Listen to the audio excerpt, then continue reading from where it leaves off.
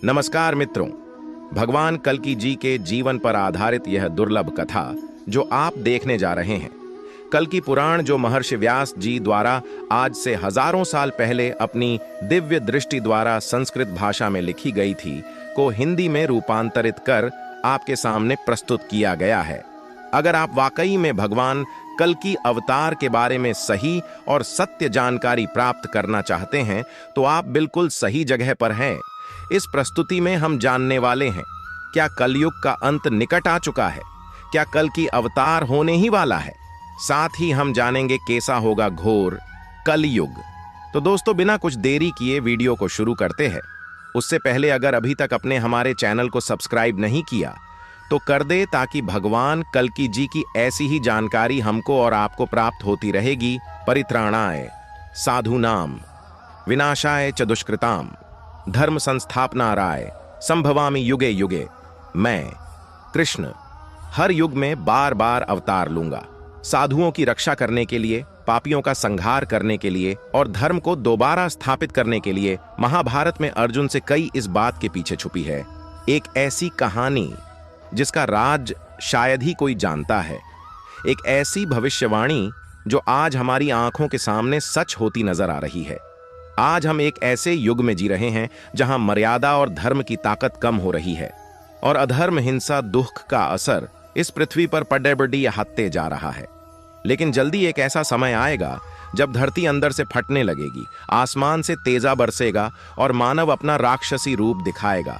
और तब एक दिव्य योद्धा प्रकट होगा, सफेद घोड़े पर सवार, आग से लिपटी तलवार लिए, जिसका उद्देश्य होगा इस अंधेरे का अंत करना, इस दुनिया का अंत करना। ये कहानी है भगवान विष्णु के 10वें और आखिरी अवतार की। ये कहानी है कल्कि अवतार की। कलयुग समय चक्र के 4 युगों का आखिरी युग, घोर अंधकार और विनाश से भरा हुआ एक ऐसा समय जहां सत्य की आवाज को धोखा धद्दी से दबा दिया जाता है और पाप इतना बरहट जाता है कि धर्म और अच्छाई का नामो निशान नहीं बचता। क्रूरता, लालच और हिंसा जैसी चीजों ने इंसान को अंदर से काला और खोखला कर दिया होता है। सतयुग, त्रेता युग और द्वापर युग के बाद आज हम इसी कलयुग में जी रहे हैं। शास्त्रों की माने तो कलयुग की उम्र 4,32,000 साल है, जिसमें से 5,000 से ज्यादा साल बीत चुके हैं। और ऐसा माना जाता है कि कलयुग के पहले 10,000 साल गोल्डन पीरियड है, जहां अच्छाई और उम्मीद की हल्की किरण अब भी बची है, जहां अब भी देवताओं को पूजा जाता है और धर्म का पालन किया जाता है। लेकिन 10,000 सालों के बीतने के बाद एक ऐसा समय आएगा जब इंसानियत का घिनौना चेहरा सबके सामने आ जाएगा।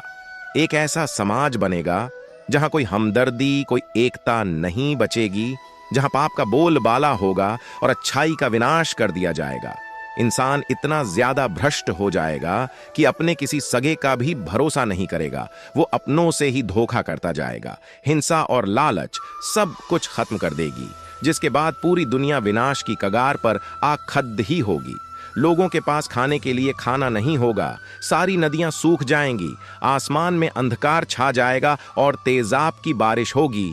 धरती सूख कर अंदर से फटने लगेगी, क्योंकि कली नाम का एक खतरनाक, ताकतवर असुर, जो क्रूरता, हिंसा और लालच का प्रतीक है, वो अपने चरम सीमा पर होगा। अंधकार से भरा हुआ उसका काला रंग, उसकी चमद्दी जैसे कुर्दी हुई मुंह से निकालते हुए बद्धे बद्धे दांत और लालच से भरी हुई ज्वाला जैसी लाल जीभ, आग जैसी चमकती हुई उसकी आंखें और उसके शरीर से आती हुई भयानक बदबू, इस सबसे कली एक ऐसा असुर है जिसे देखकर ही इंसान के मन में डर भर जाएगा। कली का निर्माण ही अधर्म, क्रोध और लालच से हुआ है। कली भय, मृत्यु और यातना पर कब्जा कर सकता है, लेकिन कली सिर्फ एक असुर नहीं बल्कि कलयुग का प्रतीक है। कलयुग को उसी के नाम से जाना जाता है। कली का असर इतना गहरा होगा कि चारों ओर विनाश का माहौल होगा। हर जगह चोरी चकारी, लड्ढई या खून खराबा होगा। ये दुनिया अपने आप को पूरी तरह तबाह करने के कगार पर पहुंच जाएगी। और जब ऐसा होगा तब विष्णु जी अपना 10वां अवतार लेंगे और कल्कि के रूप में इस धरती पर जन्म लेंगे। वो देवदत्त नाम के एक सफेद घोड़े पर सवार, सूर्य की किरणों जैसी चमक, हाथ में एक उज्जवल तलवार होगी और उनके शरीर से उभरता हुआ एक तेज होगा। उनकी गहरी आंखें होंगी जिनमें ऐसी दृष्टि होगी जो किसी के भी दिल में झांक कर उनके अंदर की सच्चाई को देख लेगी। उनका चेहरा साक्षी होगा उनके दृढ़ संकल्प का, और उनका शरीर एक महान होता जैसा होगा जो उनके बल और साहस का प्रतीक होगा। ऐसा माना जाता है कि कल्कि अवतार की मदद करने के लिए 7 चिरंजीवी आएंगे जो सदियों से अपना कर्म पूरा करने के लिए और कल्कि अवतार से मिलने का इंतजार कर रहे हैं। हनुमान, वेदव्यास, परशुराम, राजा बलि, अश्वत्थामा, विभीषण और गुरु कृपाचार्य। कली के मरते ही कलयुग का चक्र पूरा होगा, समय का नया चक्र शुरू होगा। कल्कि अवतार एक नए सतयुग की स्थापना करेंगे। दुनिया भर की सभ्यताओं, धर्मों और साइंस की दुनिया में एक सोच कॉमन है कि एक दिन सब कुछ समाप्त हो जाएगा। हर धर्म के पास अपनी एक अंत की कहानी है, एक प्रकार की भविष्यवाणी है जिसे हम अलग अलग नामों से जानते हैं। क्रिश्चियनिटी में आर्मागडन पॉकलर्स जैसी प्रोफेसर है, वहीं इस्लाम में कयामत का दिन, जूडाइज्म में एंड ऑफ डेज, और साइंस की माने तो उनकी भी अपनी थेरिस है, जैसे सूरज का खत्म हो जाना, एस्ट्रॉयड का अर्थ को हिट करना, nuclear Wars, corruption, climate change, pandemic या फिर एआई जैसी टेक्नोलॉजी। लेकिन इन सारी कहानियों में एक चीज कॉमन है कि जब जब दुनिया में अधर्म बढ़ेगा, दुनिया अपने अंत की ओर चलती जाएगी। ऐसा माना जाता है कि जयपुर के कल्कि मंदिर में बनी उनके घोड़े देवदत्त की मूर्ति धीरे धीरे जिंदा होगी। मंदिर बनवाते समय किसी तरह से इस मूर्ति के आगे वाले बाएं पैर पर एक घाव का निशान बन गया था। वो निशान कब और कैसे पड्डी डीढ़ा ये कोई नहीं जानता था, लेकिन लाख कोशिश करने के बावजूद उस घाव को नहीं भरा गया, जिस वजह से उसे वैसे ही छोड़ी डीएच दिया गया। लेकिन हैरानी की बात तो यह है कि समय के चलते वो गांव अपने आप बढ़ रहता जा रहा है।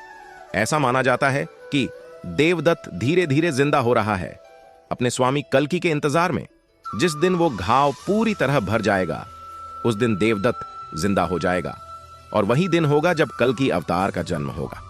अगर आज आप पूरी दुनिया में चल रहे सारे युद्ध को एक एक करके रेड मार्क करते जाएं, तो दुनिया आपको लाल रंग में दिखेगी। मिसाइल्स, रॉकेट्स, बॉम्ब्स और खून से लथपथ धरती, यही आज का सत्य है। इस दुनिया के सबसे समझदार जीव यानी हम एक दूसरे के दुश्मन बनकर आमने सामने खड़े रहे हैं। हमारे सनातन धर्म में ऐसे ही एक युग का वर्णन है जब अधर्म अपने चरम सीमा पर होगा। लोग आपस में मरते दम तक लड़ेंगे। धर्म, आस्था, विश्वास सब खत्म होने को आएगा। इसी को कहा गया है कलयुग, और पुराणों बताया गया है कि इस कलयुग में ही कली और कल्कि के बीच होगा एक भयंकर युद्ध, जिससे सृष्टि का विनाश और कलयुग का अंत होने वाला है। आज एक बटन दबाने से हजारों न्यूक्लियर बॉम्ब्स कुछ ही सेकंड्स में धरती को खत्म कर सकते हैं। मतलब हम अपने उस अंत से चंद ही सेकंड दूरी में हैं। तो क्या कलयुग में मनुष्य धीरे धीरे अपने विनाश की ओर बढ़ रहा है? क्या कलयुग का अंत आ चुका है? और क्या जल्द ही कल्कि अवतार का जन्म होने वाला है? सतयुग, त्रेता युग, द्वापर युग और कलयुग, ये 4 युग इस सृष्टि के 4 काल है। सतयुग में देवता देवलोक में रहते थे और असुर पाताल लोक में। त्रेता युग में धर्म और अधर्म एक ही दुनिया में मौजूद थे, जैसे राम और रावण। द्वापर युग में धर्म और अधर्म एक ही परिवार में दिखने लगा, जैसे पांडव और कौरव। वही कलयुग में धर्म और अधर्म एक ही मनुष्य के अंदर ही दिखाई देता है। इसका मतलब जैसे जैसे काल चक्र आगे घूमता गया, मनुष्य अपने धर्म के मार्ग से थोड़ा थोड़ा दूर होता गया और उसके अंदर काम, क्रोध, लोभ, हिंसा जैसे अधार्मिक लक्षण बढ़ते गए। साथ ही उनकी आयु और लंबाई भी कम होती गई।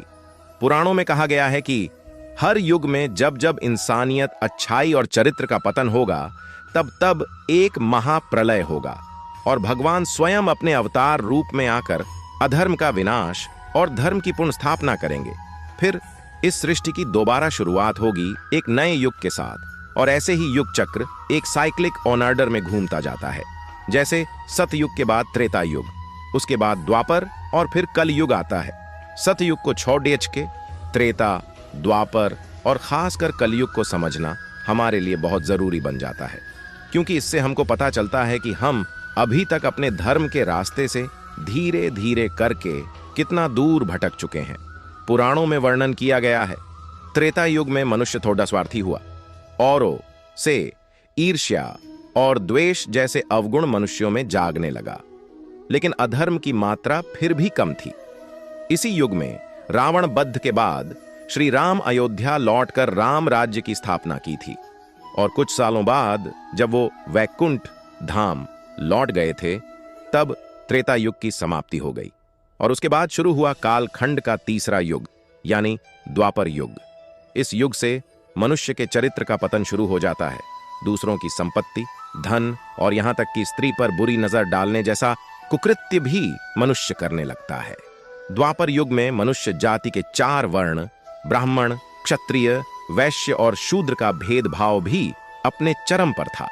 इसी युग में महाभारत की लड़ाई भी लड़ी गई थी और एक बार फिर से भगवान ने अपने श्री कृष्ण अवतार में आके सृष्टि में धर्म की पूर्ण प्रतिष्ठा की। लेकिन इसके बाद गांधारी के श्राप से जब भगवान श्री कृष्ण की मृत्यु हुई थी, तब शुरुआत हुई कलयुग की। कलयुग की आयु 4,32,000 साल है और अभी सिर्फ 5,000 साल ही बीते हैं। कलयुग में मनुष्यों का चरित्र कैसा होगा, पुराणों में इसका वर्णन मिलता है।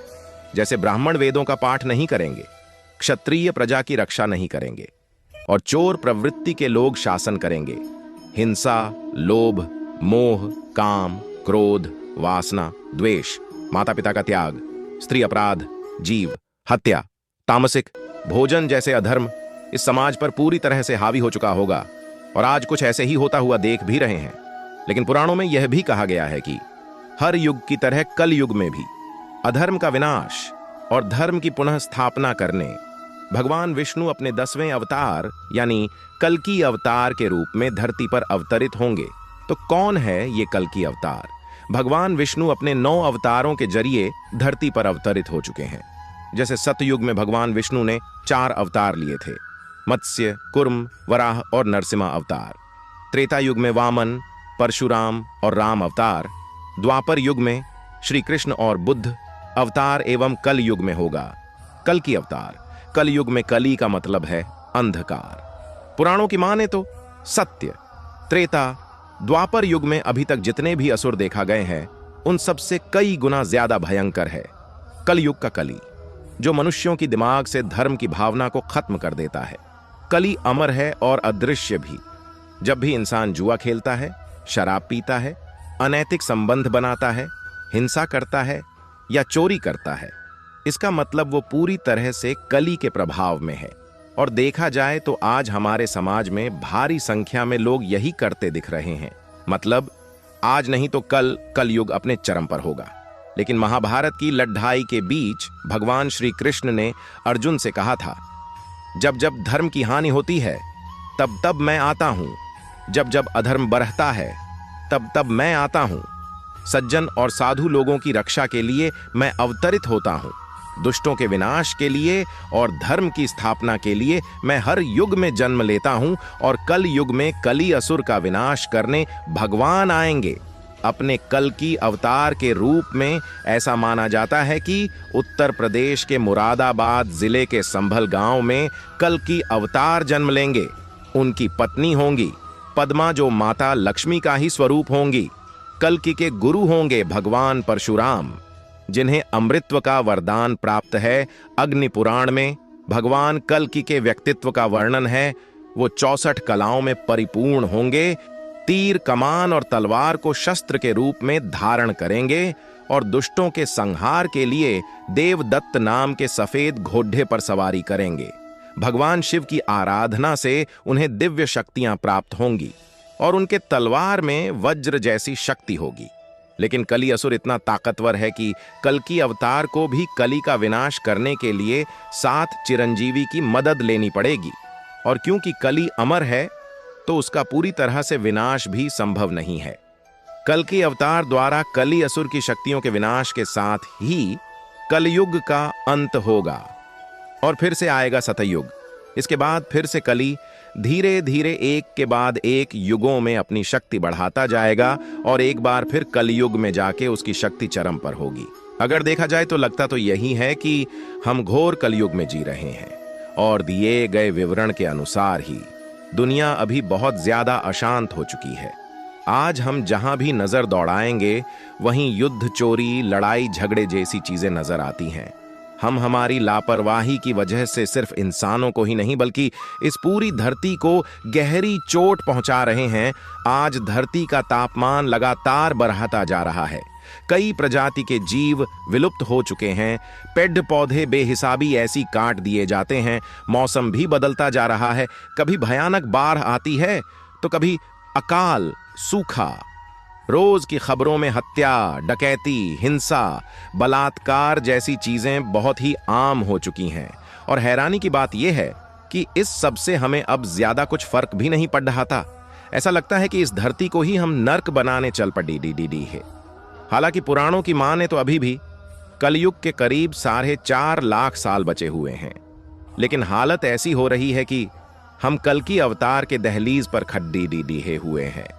और काल चक्र का जो नियम है वो तो होगा ही, लेकिन इस चक्र से हमारी मुक्ति के लिए एकमात्र रास्ता है हमारे अच्छे कर्म। ये हमारी जिम्मेदारी है कि कली की माया से अपने आप को दूर रखना।